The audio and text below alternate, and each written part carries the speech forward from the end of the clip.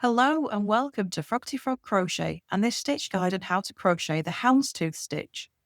So this stitch needs you to use two colours as it's the colours that make this stitch look the way it does.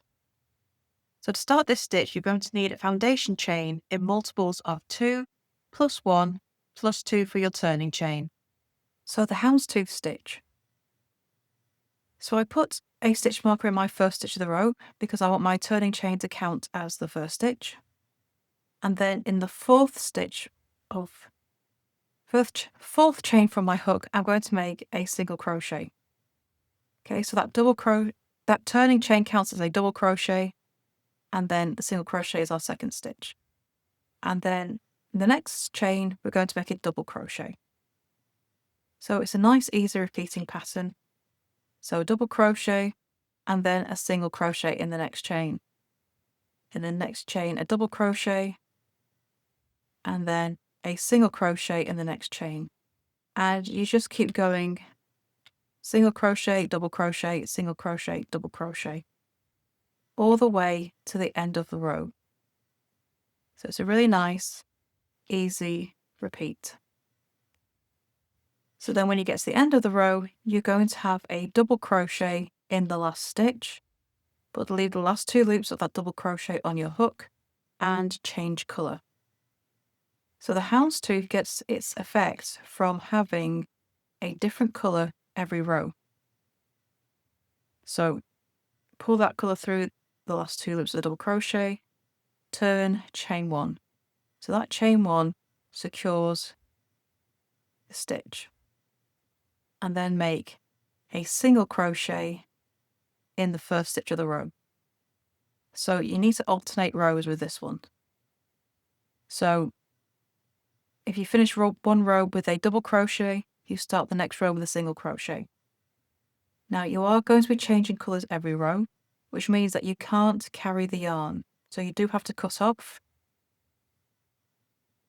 or use two different balls of the same colour so you can carry up every fourth row. That does get a bit awkward with the ends. But change colour every row. Right, so after the single crochet, we make a double crochet. So the stitches are all opposite to what we did in the row below. So your single crochets, which I'm doing in the next stitch, will be made into the double crochet in the row below. The next stitch is a double crochet, which is made into the single crochet of the row below. And then we keep doing the same repeat. So just done a double crochet, next stitch is a single crochet, then a double crochet, and back to single crochet again. And just keep doing that all the way across the row. So we started this row with a single crochet. We're going to end the row with a single crochet. So just take that stitch marker out, it's getting in the way. And so make the last stitch of the row, which is single crochet made into the turning chain that we started with. But I'm not going to finish that single crochet. I'm going to leave the last two loops of my hook to change colour. So I'm going with the second ball of colour because I hate ends. Right. Turn, chain one to secure that yarn.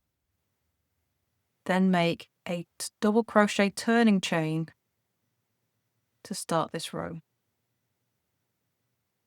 Okay, so this is row 3. So all the odd numbered rows will start with a double crochet. All the even numbered rows will start as a single crochet. So we've done our double crochet turning chain. The next stitch will be a single crochet. And again, the stitches are made in the opposite to what they did in the row below. And it's this alternating of stitches that creates the houndstooth effect. So we'll be able to see it better once we finish this row. And so it's just, again, it's double crochet, single crochet, double crochet, single crochet. It's the same repeat in each row. It's just if you're starting the row with a single or a double crochet.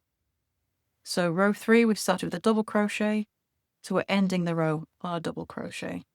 So you'll start and end the row with the same stitch. And now you can see the houndstooth effect taking place.